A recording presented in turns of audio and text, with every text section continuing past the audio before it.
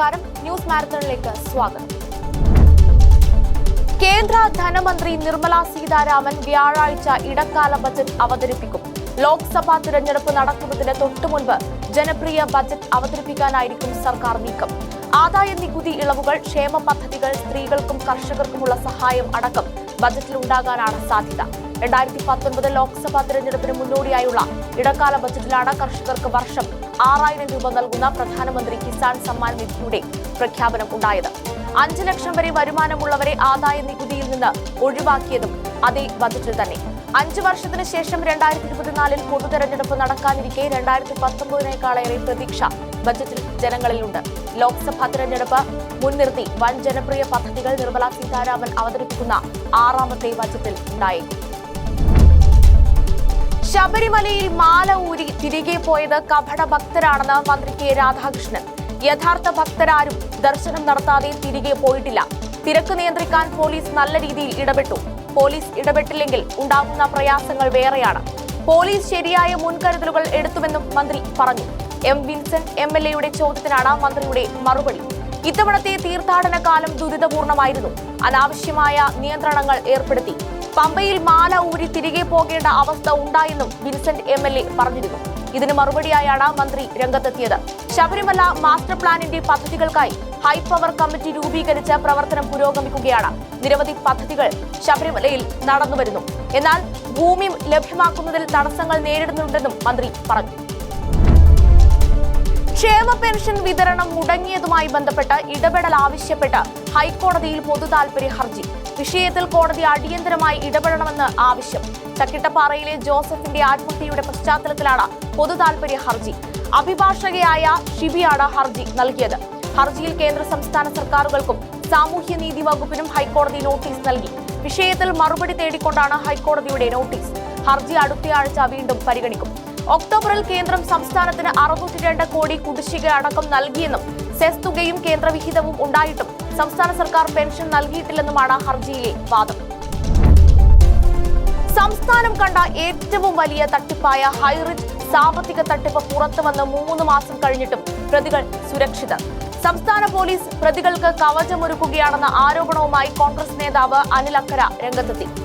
Buds act പ്രകാരം സ്വത്തുക്കൾ മരവിപ്പിച്ച ശേഷവും ഇടപാടുകൾ നടന്നെന്ന് നിക്ഷേപകർ പറയുന്നു. മണി ചെയിൻ മാതൃകയിൽ സാമ്പത്തിക തട്ടിപ്പ് തുടങ്ങിയ ചേർപ്പിലെ പ്രതാപനും ഭാര്യ ശ്രീനിയും സഹായി ശരൺ കടവത്തും 1,83,00,000 ഐഡികളിൽ നിന്നായി 2000 കോടിയിലേറെ തട്ടിയെന്നാണ് അന്വേഷണ ഏജൻസികളുടെ പ്രാഥമിക നിഗമനം. ആദ്യം Highrich online shopping private limited തുടങ്ങി. 10,000 രൂപയുടെ വൗച്ചർ വാങ്ങി ചങ്ങലക്കണ്ണിയിൽ ചേരുന്നവരുടെ അക്കൗണ്ടിലേക്ക് പണം ഒഴുകുമെന്നായിരുന്നു വാഗ്ദാനം. അടുത്തത് HR ക്രിപ്റ്റോ കോയിൻ. ആരുടെയും അനുമതിയില്ലാതെ $2 വിലയിട്ട് 1 കോടി ക്രിപ്റ്റോ കോയിൻ ഇറക്കി. ബിറ്റ്കോയിൻ പോലെ പല മടങ്ങ് ഇരട്ടിക്കുമെന്നായിരുന്നു വാഗ്ദാനം. ഏറ്റവും ഒടുവിൽ OTT 5 ലക്ഷം രൂപയുടെ ബോണ്ടാണ് പുറത്തിറക്കിയത്. ഇതും RBIയുടെ അനുമതിയില്ലാതെയായിരുന്നു. 10 ഇരട്ടി വരെ ലാഭവും നിക്ഷേപ തുകയും മടക്കി നൽകുമെന്നായിരുന്നു വാഗ്ദാനം. അമ്പലപ്പുഴ തോട്ടപ്പള്ളിയിൽ ഹെൽമറ്റ് കൊണ്ട് യുവാവിനെ തലക്കടിച്ചു കൊന്ന കേസിൽ DYFI മേഖലാ പ്രസിഡന്റ് അടക്കം 5 പ്രതികളും അറസ്റ്റിൽ. പുറക്കാട് തോട്ടപ്പള്ളി സ്വദേശികളായ DYFI മേഖലാ പ്രസിഡന്റ് ശിവകൃപയിൽ ജഗത് സൂര്യൻ, ശാന്തി ഭവനത്തിൽ സജിൻ, സഹോദരൻ സജിത്, വൈപ്പിൻ പുതുവൽ വീട്ടിൽ അർജുൻ, പുതുവൽ വീട്ടിൽ ഇന്ദ്രജിത്ത് എന്നിവരാണ് അമ്പലപ്പുഴ ഇൻസ്പെക്ടർ S ദ്വിജേഷിന്റെ നേതൃത്വത്തിൽ അറസ്റ്റ് ചെയ്തത്. തോട്ടപ്പള്ളി ആനന്ദ ഭവനത്തിൽ ശിവനന്ദന്റെ മകൻ നന്ദു ശിവനന്ദനാണ് കൊല്ലപ്പെട്ടത്. രഞ്ജിത് ശ്രീനിവാസ് വധക്കേസിൽ 2ാം ഘട്ട കുറ്റപത്രം ഉടൻ സമർപ്പിക്കും. 20 പ്രതികളാണ് 2ാം ഘട്ടത്തിലുള്ളത്. തെളിവ് നശിപ്പിക്കൽ, പ്രതികളെ ഒളിവിൽ പാർപ്പിക്കൽ തുടങ്ങിയ കുറ്റങ്ങളാണ് പ്രതികൾക്കെതിരെ ചുമത്തിയിരിക്കുന്നത്. അന്തിമ റിപ്പോർട്ട് തയ്യാറാക്കുമ്പോൾ ചിലർക്കെതിരെ ഗൂഢാലോചന കുറ്റത്തിനും സാധ്യതയെന്ന് പോലീസ് അറിയിച്ചു. ഇതോടെ പ്രതികളുടെ എണ്ണം 35 ആകും. ആദ്യഘട്ട വിചാരണ നേരിട്ട 15 പ്രതികൾക്കും കോടതി ഇന്നലെ വധശിക്ഷ വിധിച്ചിരുന്നു.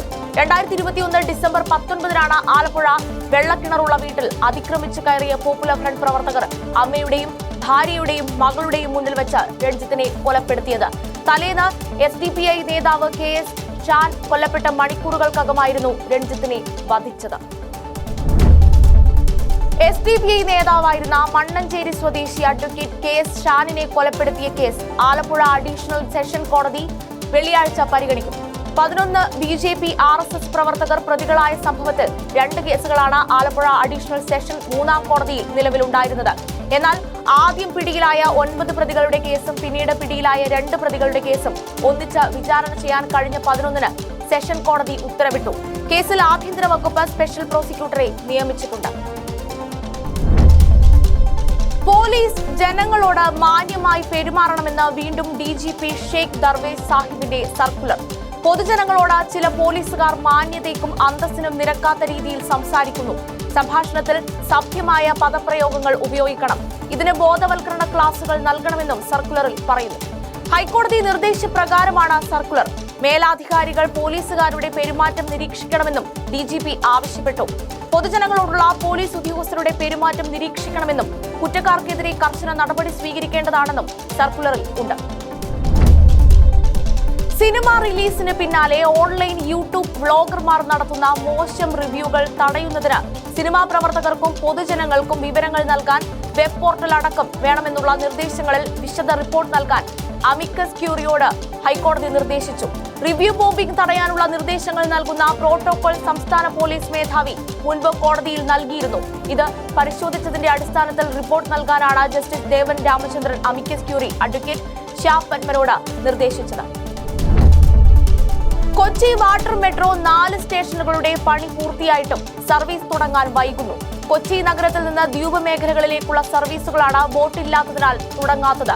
മെയ് മാസത്തിനുള്ളിൽ ഇനി നൽകാനുള്ള 11 ബോട്ടുകളും കൈമാറുമെന്നാണ് കൊച്ചി കപ്പൽശാലയുടെ പ്രതികരണം.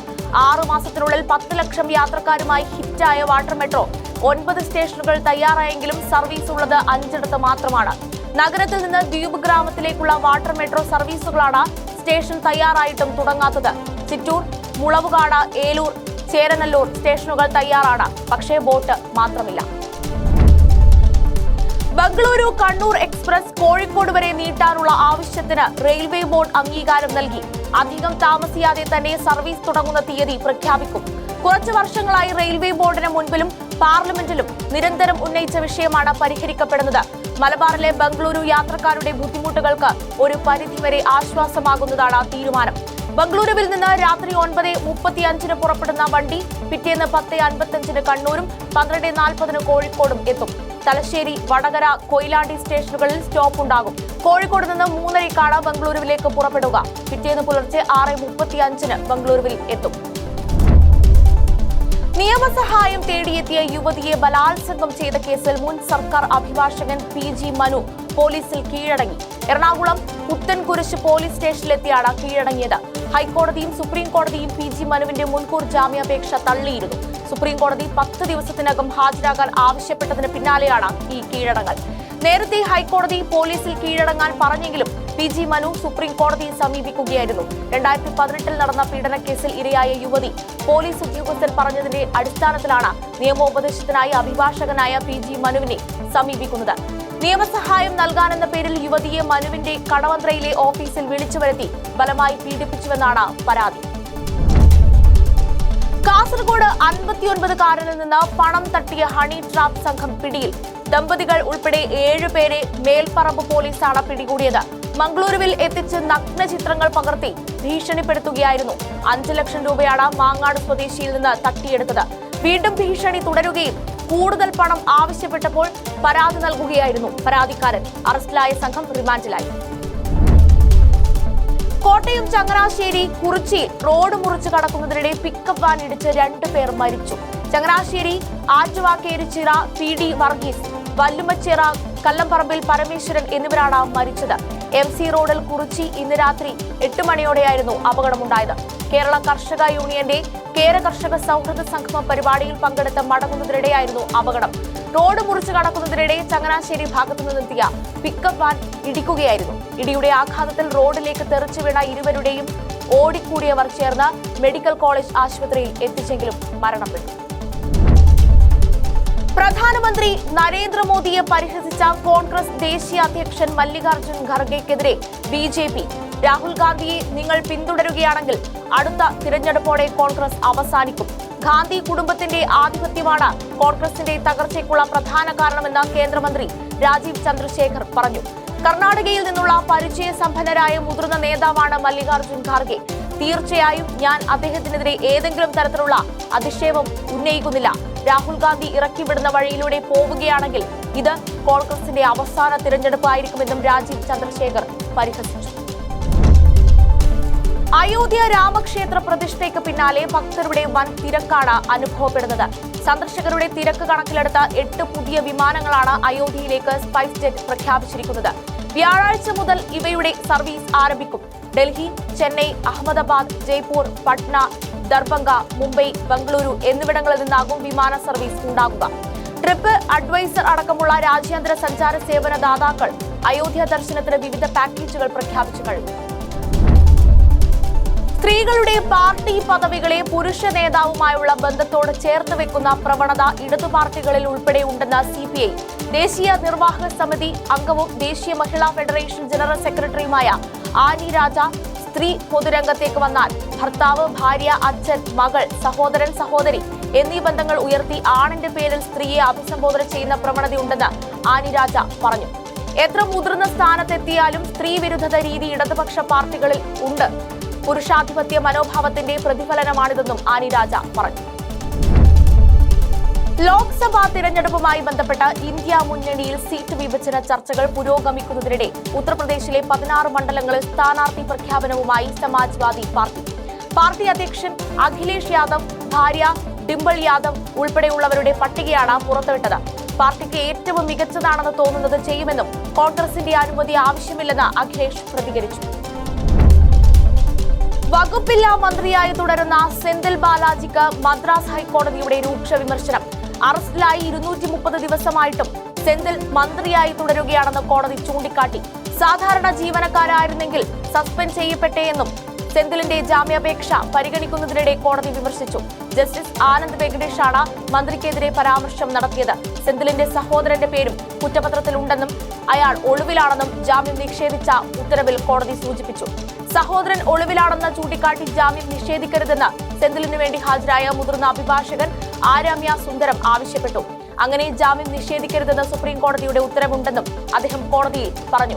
ഇതിന് പിന്നാലെയാണ് 230 ദിവസമായി വകുപ്പില്ലാ മന്ത്രിയായി സെന്തിൽ തുടരുന്നതിനെക്കുറിച്ച് ജസ്റ്റിസ് വെങ്കടേഷ് ചോദിച്ചത്. മധ്യപ്രദേശിലെ ധാർ ജില്ലയിൽ നിന്ന് 256 ദിനോസർ മുട്ടകൾ കണ്ടെത്തിയതായി ശാസ്ത്രജ്ഞർ. ജില്ലയിലെ 92 കേന്ദ്രങ്ങളിൽ നിന്നാണ് ഇത്രയധികം മുട്ടകൾ കണ്ടെടുത്തത്. ഇതോടെ ലോകത്ത് ഏറ്റവും അധികം ദിനോസറുകൾ ഉണ്ടായിരുന്നത് മധ്യപ്രദേശിലായേക്കാമെന്ന നിഗമനത്തിലാണ് ശാസ്ത്രലോകം. ഫോസിലുകളെ കുറിച്ച് പഠിക്കുന്ന ശാസ്ത്രജ്ഞരാണ് മുട്ടകളുടെ ഫോസിൽ കണ്ടെത്തിയത്. ചില സ്ഥലങ്ങളിൽ നിന്ന് 20 മുട്ടകൾ വരെ ലഭിച്ചു. ഏകദേശം 66 ദശലക്ഷം വർഷങ്ങൾ ഫോസിലുകൾക്ക് പഴക്കമുണ്ടെന്നാണ് ശാസ്ത്രജ്ഞർ പറയുന്നത്. ഗവേഷക ഹർഷധീമന്റെ നേതൃത്വത്തിൽ Indian institute of science education and റിസർച്ചിലെ സംഘം നടത്തിയ പഠനത്തിലാണ് ഇക്കാര്യങ്ങൾ വിശദീകരിക്കുന്നത്. ശാസ്ത്രമാസികയായ പ്ലോസ് 1-ലാണ് പഠനം പ്രസിദ്ധീകരിച്ചിരിക്കുന്നത്. മാലിദ്വീപ് പ്രസിഡന്റ് മുഹമ്മദ് മുയീസു ഇന്ത്യയോടും പ്രധാനമന്ത്രി നരേന്ദ്രമോദിയോടും ഔദ്യോഗികമായി മാപ്പ് പറയണമെന്ന് പ്രതിപക്ഷത്തെ ജംഹൂരി പാർട്ടി നേതാവ് ഖാസിം ഇബ്രാഹിം. ഇന്ത്യയോട് പ്രതികാര ബുദ്ധിയോടെ പെരുമാറുന്ന ചൈന പ്രേമിയായ മുയൂസുവിനെതിരെ രാജ്യത്തുയരുന്ന പ്രതിഷേധത്തിന്റെ ഭാഗമാണ് ഖാസിം ഇബ്രാഹിമിന്റെ വാക്കുകൾ. മോദിയോട് മാപ്പ് പറഞ്ഞ് ഇന്ത്യയുമായുള്ള ഉഭയകക്ഷി ബന്ധത്തിലെ വിള്ളൽ ഇല്ലാതാക്കണമെന്നും ഖാസിം ഇബ്രാഹിം അഭിപ്രായപ്പെട്ടു. മോദി ലക്ഷദ്വീപ് സന്ദർശിച്ചതിന് പിന്നാലെ മുയീസു മന്ത്രിസഭയിലെ 3 പേർ അധിക്ഷേപ പരാമർശങ്ങൾ നടത്തിയത് വിവാദമായിരുന്നു. ഗവേഷണത്തിനെത്തുന്ന പേരിൽ പുറപ്പെട്ട ചൈനീസ് ചാരക്കപ്പലിന് മാലിദ്വീപ് തീരത്ത് നങ്കൂരമിടാൻ മുയീസു അനുമതി നൽകിയതും ഇന്ത്യയെ പ്രകോപിപ്പിക്കാനാണെന്നാണ് നിഗമനം. പാകിസ്ഥാനിലെ ബലൂചിസ്ഥാൻ മേഖലയിലുണ്ടായ വിഘടനവാദികളുടെ ആക്രമണത്തിൽ 15 പേർ കൊല്ലപ്പെട്ടു. 3 ചാവേറുകൾ ഉൾപ്പെടെ സംഘമായിരുന്നു ആക്രമണത്തിന് പിന്നിൽ. തിങ്കളാഴ്ച വൈകിട്ടായിരുന്നു ആക്രമണം. 2 സാധാരണക്കാരടക്കം 15 പേർ കൊല്ലപ്പെട്ടതായി പാക് സൈന്യം അറിയിച്ചു. 3 ചാവേറുകൾ ഉൾപ്പെടെ 9 വിഘടനവാദികൾ കൊല്ലപ്പെട്ടതായും സൈന്യം വ്യക്തമാക്കി. ബലൂചിസ്ഥാനിലെ വിഘടനവാദ സംഘങ്ങളിലൊന്നായ ബലൂച്ച് ലിബറേഷൻ ആർമി ആക്രമണത്തിന്റെ ഉത്തരവാദിത്തം ഏറ്റെടുത്തതായാണ് റിപ്പോർട്ടുകൾ ഉള്ളത്. സിനിമാ പ്രേമികൾ ഏറെ പ്രതീക്ഷയോടെ കാത്തിരിക്കുന്ന മമ്മൂട്ടി ചിത്രം ബ്രഹ്മയുഗത്തിന് UAE സർട്ടിഫിക്കറ്റ് ലഭിച്ചു. സോഷ്യൽ മീഡിയയിലൂടെ മമ്മൂട്ടിയാണ് ഇക്കാര്യം അറിയിച്ചിരിക്കുന്നത്. തുടർച്ചയായി കഥാപാത്രങ്ങളിൽ പരീക്ഷണങ്ങൾക്ക് വിധേയനാകുന്ന താരം പ്രതിനായകനായാണ് ഈ ചിത്രത്തിൽ എത്തുന്നത്. ഭൂതകാലത്തിന് ശേഷം രാഹുൽ സദാശിവൻ സംവിധാനം ചെയ്യുന്ന ഹൊറർ ത്രില്ലർ ചിത്രമാണ് ബ്രഹ്മയുഗം. ചിത്രം അടുത്ത മാസം 15-ന് തിയേറ്ററുകളിൽ എത്തും. ചിത്രത്തിന്റെ പ്രഖ്യാപനം മുതൽ ബ്രഹ്മയുഗം ഏറെ ശ്രദ്ധ നേടിയിരുന്നു. ബോക്സ് ഓഫീസിൽ തളരാതെ മലൈക്കോട്ടെ വാലിബൻ റിലീസ് ചെയ്ത് ഒരാഴ്ച തികയുമ്പോൾ സിനിമയുടെ ആഗോള കളക്ഷൻ 24.02 കോടിയാണ്. കേരളത്തിൽ നിന്ന് ആദ്യ ദിനം ചിത്രം നേടിയ കളക്ഷൻ 5.85 കോടിയായിരുന്നു. ബോക്സ് ഓഫീസ് ട്രാക്കർമാരുടെ കണക്കനുസരിച്ച് ആദ്യ 4 ദിനങ്ങളിൽ കേരളത്തിൽ നിന്ന് ചിത്രം 11.02 കോടിയും 11.10 കോടിക്കും ഇടയിലാണ് നേടിയിരിക്കുന്നത്. GCC ഓവർസീസ് കളക്ഷൻ ഉൾപ്പെടെ 12.27 കോടിയാണ് സിനിമയുടെ ആദ്യ ദിവസത്തെ ഗ്രോസ് കളക്ഷൻ. അതിനിടെ മലൈക്കോട്ടെ വാലിബന്റെ മേക്കിംഗ് വീഡിയോ കഴിഞ്ഞ ദിവസം അണിയറ പ്രവർത്തകർ പുറത്തുവിട്ടിരുന്നു. മോഹൻലാലിന്റെ ഫേസ്ബുക്ക് പേജിലൂടെയാണ് വീഡിയോ പുറത്തുവിട്ടിരുന്നത്. ലോകമെമ്പാടുള്ള മലയാളി പ്രേക്ഷകർ കാത്തിരിക്കുന്ന ആടുജീവിതത്തിന്റെ 3ാമത്തെ പോസ്റ്റർ പുറത്തുവിട്ട് താരം ദുൽഖർ സൽമാൻ. തന്റെ സോഷ്യൽ മീഡിയ ഹാൻഡിലുകളിലൂടെയാണ് താരം പോസ്റ്റർ പുറത്തുവിട്ടത്. നേരത്തെ പ്രഭാസും രൺവീർ സിംഗും പുറത്തുവിട്ട പോസ്റ്ററുകൾ പ്രേക്ഷകർക്കിടയിൽ തരംഗമായ ശേഷമാണ് ഇപ്പോൾ പുതിയ പോസ്റ്റർ പുറത്തിറക്കിയിരിക്കുന്നത്. ചിത്രത്തിലെ നായക കഥാപാത്രമായ നജീബിന്റെ ജീവിതത്തിലെ വിവിധ ഘട്ടങ്ങൾ അവതരിപ്പിക്കുന്ന പൃഥ്വിരാജിന്റെ മറ്റു പോസ്റ്ററുകളിലെ ലുക്കുകളിൽ നിന്ന് ഏറെ വ്യത്യസ്തമാണ് ഇപ്പോൾ പുറത്തിറങ്ങിയ പോസ്റ്ററുകളിലെ ലുക്ക്. ജീവിതത്തിന്റെ കഠിനതകളും കയ്പുനീരും രുചിക്കുന്നതിന് മുൻപുള്ള നജീബിനെയാണ് പുതിയ പോസ്റ്ററിൽ കാണാനാവുക എന്ന് അണിയറ പ്രവർത്തകർ വ്യക്തമാക്കി. നിതീഷ് തിവാരിയുടെ രാമായണയിലൂടെ ബോളിവുഡിൽ അരങ്ങേറുകയാണ് Kannada super star Yash. Mass hero ആയി താരത്തെ കാണാൻ ആഗ്രഹിക്കുന്ന KGF ഫ്രാഞ്ചൈസി ആരാധകർക്ക് ഈ വാർത്ത നിരാശയാണ് സമ്മാനിച്ചത്. എന്നാൽ ആരാധകർ തൃപ്തിപ്പെടുത്തുന്ന റിപ്പോർട്ടുകളാണ് യഷിന്റെ 2ാം ബോളിവുഡ് ചിത്രത്തെക്കുറിച്ച് വരുന്നത്. റെഡ് ചില്ലീസ് എന്റർടൈൻമെന്റ്സിന്റെ ബാനറിൽ ഷാരൂഖ് ഖാനൊപ്പമാണ് ബോളിവുഡിലെ 2ാം ചിത്രം. KGF സിനിമകളുടെ വിജയം ഹിന്ദി പ്രേക്ഷകർക്കിടയിൽ സൃഷ്ടിച്ച ആരാധകരെ കുറിച്ച് താരം ബോധവാനാണ്. ഇത് ഉപയോഗപ്പെടുത്തുകയും ബോളിവുഡിൽ തന്റെ സ്ഥാനം ഉറപ്പിക്കുകയുമാണ് യശ് ലക്ഷ്യം വയ്ക്കുന്നത്. ഫിലിംഫെയർ പുരസ്കാരങ്ങളുടെ 69ാമത് പതിപ്പിൽ നേട്ടം കൊയ്ത് 12th ഫെയിൽ. 5 മേഖലകളിലാണ് ചിത്രത്തിന്റെ നേട്ടം. തിയേറ്ററിലും പിന്നീട് OTTയിലും പ്രേക്ഷകരുടെ ഹൃദയം നിറച്ച ചിത്രം വിധു വിനോദ് ചോപ്രയാണ് സംവിധാനം ചെയ്തത്. പോപ്പുലർ ഫിലിം മികച്ച സംവിധായകൻ, മികച്ച തിരക്കഥ, മികച്ച എഡിറ്റിംഗ് എന്നിവയ്ക്ക് പുറമെ ക്രിട്ടിക് വിഭാഗത്തിൽ വിക്രാന്ത് മാസി മികച്ച നടനുള്ള പുരസ്കാരവും നേടി. യഥാർത്ഥ സംഭവങ്ങളെ അടിസ്ഥാനമാക്കി അനുരാഗ് പഥക് എഴുതിയ നോവലിന്റെ ചലച്ചിത്രാവിഷ്കാരമാണ് ചിത്രം. IMDbയിൽ ഏറ്റവും കൂടുതൽ റേറ്റിംഗ് ലഭിച്ച ഇന്ത്യൻ ചിത്രം എന്ന നേട്ടത്തിന് പിന്നാലെയാണ് പുരസ്കാര നേട്ടം. ഇന്ത്യൻ ഗുസ്തി ഫെഡറേഷനെതിരെ വീണ്ടും ഗുരുതര ആരോപണവുമായി സാക്ഷി മാലിക്. സസ്പെൻഷനിലിരിക്കുന്ന സമിതി ചാമ്പ്യൻഷിപ്പുകൾ നടത്തുന്നുവെന്ന ആരോപണം. സഞ്ജയ് സിംഗ് വ്യാജ സർട്ടിഫിക്കറ്റുകൾ കളിക്കാർക്ക് വിതരണം ചെയ്തുവെന്നും സഞ്ജയ് സിംഗ് ചാമ്പ്യൻഷിപ്പുകളുടെ സർട്ടിഫിക്കറ്റുകൾ നിയമവിരുദ്ധമായി ഒപ്പിട്ടുവെന്നും സാക്ഷി ആരോപിച്ചു. കായിക മന്ത്രാലയം സംഘടിപ്പിക്കുന്ന ദേശീയ ഗുസ്തി ചാമ്പ്യൻഷിപ്പ് ജയ്പൂരിൽ നടക്കാനിരിക്കെയാണ് സഞ്ജയ് സിംഗിന്റെ നീക്കം. സസ്പെൻഷനിൽ ഇരിക്കുന്ന ഒരാൾക്ക് സംഘാടനയുടെ പണം എങ്ങനെ ഉപയോഗിക്കാൻ കഴിയുമെന്നും സാക്ഷി മാലിക് ചോദിക്കുന്നു. സഞ്ജയ് സിംഗിനെതിരെ നടപടി വേണമെന്നും താരം ആവശ്യപ്പെട്ടു. കളിക്കാരുടെ ഭാവി തകരാതെ സംരക്ഷിക്കണമെന്ന് കായിക മന്ത്രിയോടും സാക്ഷി മാലിക് അഭ്യർത്ഥിച്ചു. എക്സ് പോസ്റ്റിലൂടെയായിരുന്നു സാക്ഷി മാലിക്കിന്റെ പ്രതികരണം. അണ്ടർ 19 ലോകകപ്പ് സൂപ്പർ 6ൽ ന്യൂസിലൻഡിനെതിരെ കൂറ്റൻ വിജയം സ്വന്തമാക്കി ഇന്ത്യ. കീവീസിനെതിരെ 214 റൺസിന്റെ മിന്നും വിജയമാണ് ഇന്ത്യയുടെ കൗമാരപ്പട നേടിയത്. ഇന്ത്യ ഉയർത്തിയ 295 റൺസ് വിജയലക്ഷ്യത്തിലേക്ക് ബാറ്റ് വീശിയ ന്യൂസിലൻഡിന്റെ മറുപടി വെറും 28.1 ഓവറിൽ 81 റൺസിൽ അവസാനിച്ചു. ആദ്യം ബാറ്റ് ചെയ്ത ഇന്ത്യ മുഷീർ ഖാന്റെ തകർപ്പൻ സെഞ്ചുറി കരുത്തിലാണ് മികച്ച സ്കോർ സ്വന്തമാക്കിയത്. 126 പന്തിൽ 131 റൺസ് നേടിയ മുഷീർ ഖാനാണ് ഇന്ത്യയുടെ ടോപ്പ് സ്കോററും മത്സരത്തിലെ താരവും.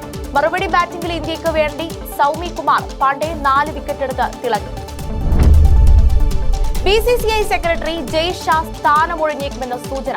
ഇന്റർനാഷണൽ ക്രിക്കറ്റ് കൌൺസിലിന്റെ ചെയർമാൻ സ്ഥാനത്തേക്ക് മത്സരിക്കാൻ ഒരുങ്ങുകയാണ് ജയ് ഷാ. ICC ചെയർമാൻ തെരഞ്ഞെടുപ്പിൽ മത്സരിക്കാൻ ജയ് ഷായെ ഏഷ്യൻ ക്രിക്കറ്റ് കൌൺസിൽ നാമനിർദ്ദേശം ചെയ്തിട്ടുണ്ടെന്നാണ് റിപ്പോർട്ട്. നിലവിൽ ഏഷ്യൻ ക്രിക്കറ്റ് കൌൺസിലിന്റെ പ്രസിഡന്റും ജയ് ഷയാണ്. നവംബറിൽ നടക്കാനിരിക്കുന്ന ICC ചെയർമാൻ സ്ഥാനത്തേക്കുള്ള തിരഞ്ഞെടുപ്പിൽ മത്സരിക്കാൻ BCCI സെക്രട്ടറിയുടെ സ്ഥാനം ഒഴിയേണ്ടതുണ്ട്. തിരഞ്ഞെടുപ്പിൽ വിജയിച്ച് ICC സ്ഥാനത്തെത്തിയാൽ ജയ് ഷായ്ക്ക് ഏഷ്യൻ ക്രിക്കറ്റ് കൌൺസിൽ പ്രസിഡന്റ് സ്ഥാനത്തു നിന്നും രാജിവെക്കേണ്ടി വരും. 2021 Jai Shah Asian cricket council president സ്ഥാനത്ത് എത്തിയത്. ഇന്ത്യൻ ഓപ്പണറും രഞ്ജി ട്രോഫിയിലെ കർണാടക ടീം ക്യാപ്റ്റനുമായ മായങ്ക് അഗർവാളിനെ ആശുപത്രിയിൽ പ്രവേശിപ്പിച്ചു. വായിലും തൊണ്ടയിലും പൊള്ളലേറ്റതിനെ തുടർന്നാണ് താരത്തെ ആശുപത്രിയിൽ പ്രവേശിപ്പിച്ചത്. രഞ്ജി ട്രോഫി മത്സരത്തിന് ശേഷം അഗർത്തലയിൽ നിന്ന് സൂറത്തിലേക്കുള്ള വിമാനയാത്രയ്ക്കിടെയായിരുന്നു സംഭവം. ഛർദ്ദിക്കുകയും ദേഹാസ്വാസ്ഥ്യം അനുഭവപ്പെട്ട ഉടനെ മായങ്കിനെ അഗർത്തലയിലെ ആശുപത്രിയിൽ പ്രവേശിപ്പിക്കുകയായിരുന്നു. താരം അപകടനില തരണം ചെയ്തെന്നാണ് റിപ്പോർട്ടുകൾ ഉള്ളത്. ഇതോടെ ന്യൂസ് മാരത്തോൺ അവസാനിക്കുന്നു. നന്ദി.